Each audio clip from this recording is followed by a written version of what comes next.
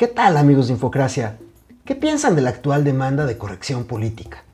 ¿Les parece indispensable o se está exagerando y amenazando la libertad de expresión? Esa pregunta es parte de lo que se intentan contestar Cummings y Campbell en su libro El surgimiento del victimismo. ¿Qué es la cultura del victimismo? Vamos a ver cómo lo definen y por qué critican esta manera de administrar el poder. Me gustaría saber su opinión. La cultura victimista, según estos autores, se puede entender mejor si consideramos dos tipos de cultura que le antecedieron, la cultura del honor y la cultura de la dignidad. Estas se caracterizan por el modo en que se consideran los agravios y la manera en que se responden a ellos.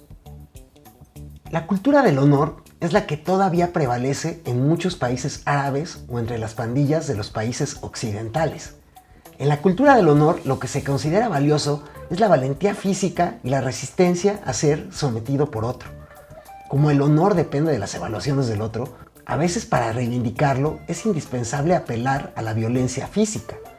Por ejemplo, en el siglo XIX, en Grecia, un altercado verbal podía llevar a dos caballeros a pelear con cuchillos, o en todavía principios del siglo XIX en Estados Unidos, una ofensa podía tener como consecuencia que el que se sintiera ofendido retara un duelo al agresor, un duelo a muerte, y todo para reivindicar su honor. En la cultura del honor no hay un Estado de derecho fuerte ni autoridades que garanticen la protección de la mayoría, por lo que defender la reputación puede ser una cuestión de seguridad. Por lo mismo, la gente en este tipo de culturas son muy sensibles a los insultos y pueden responder de manera muy agresiva frente a lo que nosotros consideraríamos faltas menores. En una cultura del honor, ser cauteloso y precavido significaba poder ser catalogado como cobarde. Por esta razón y porque en el entorno de la cultura del honor la autoridad es débil o inexistente, no tiene sentido buscar que resuelvan un conflicto entre dos personas. Incluso es mal visto hacerlo. Pero cuando el Estado se expandió y se restableció la fe en las leyes, la cultura del honor dio lugar a la cultura de la dignidad. En la cultura de la dignidad ya no importa mucho la opinión pública. Se cree que la dignidad es un tipo de valor inherente, no supeditado a lo que piensan los demás. La reputación no es algo tan importante como para querer defenderla con la vida. Los insultos y las ofensas no tienen el mismo impacto. Las personas en la cultura de la dignidad son menos sensibles que las personas de la cultura del honor. Incluso se castiga la sensibilidad al insulto que tienen las personas de la cultura del honor. Los padres les enseñan a sus hijos a no hacer eco de los insultos verbales y solo considerar seriamente las agresiones físicas.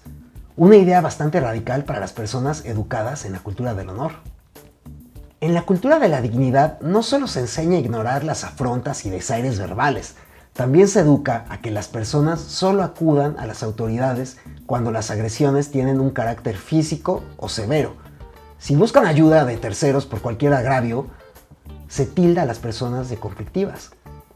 Lo que se cultiva es la tolerancia, y si el agravio es severo, entonces sí se motiva a que se busque a las autoridades. Se desmotiva la venganza y la afronta personal. A mediados del siglo XIX, en los países occidentales había una cultura de la dignidad en las clases poderosas, donde el sistema legal era más o menos eficiente.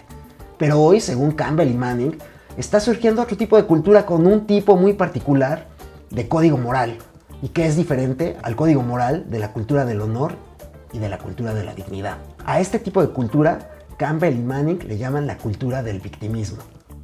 La cultura victimista toma de la cultura del honor la alta sensibilidad ante los agravios y las injurias, y la indistinción entre las ofensas violentas y las ofensas verbales. Como las personas honorables, el victimista es sensible al insulto y entiende las microagresiones como ofensas severas que merecen una respuesta seria. Pero a diferencia de la cultura del honor, donde la queja pública es un anatema, en la cultura del victimismo sí hay una voluntad de que una tercera parte resuelva los conflictos.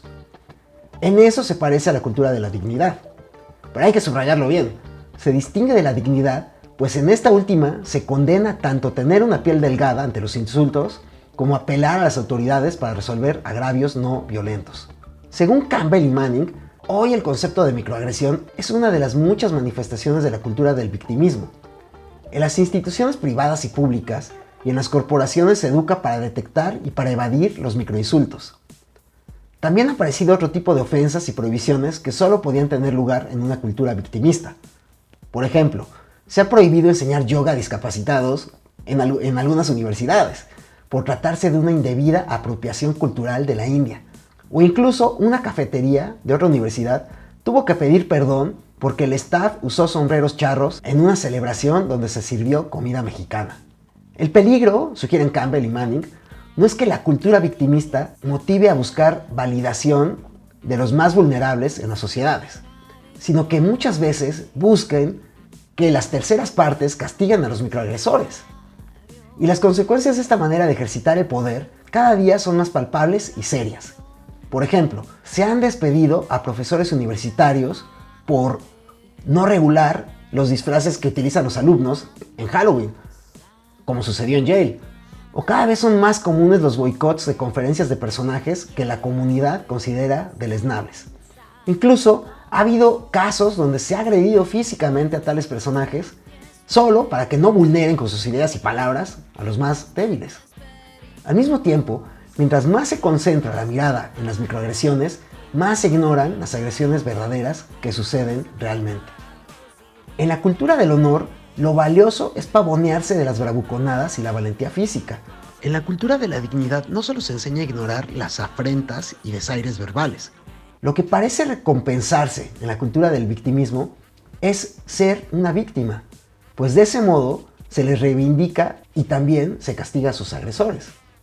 Pero lo peligroso de esta idea, de esta manera de pensar, según Campbell y Manning, es que se sugiere que si ser víctima es una virtud, entonces ser privilegiado es un vicio que los activistas en la cultura del victimismo pretenden condenar y castigar. ¿Ustedes qué opinan de lo que exponen Campbell y Manning? Me encantaría saber su opinión. Si les gustó el video, por favor denle like y compártanlo. Nos va a ayudar mucho para crecer este canal. Muchas gracias.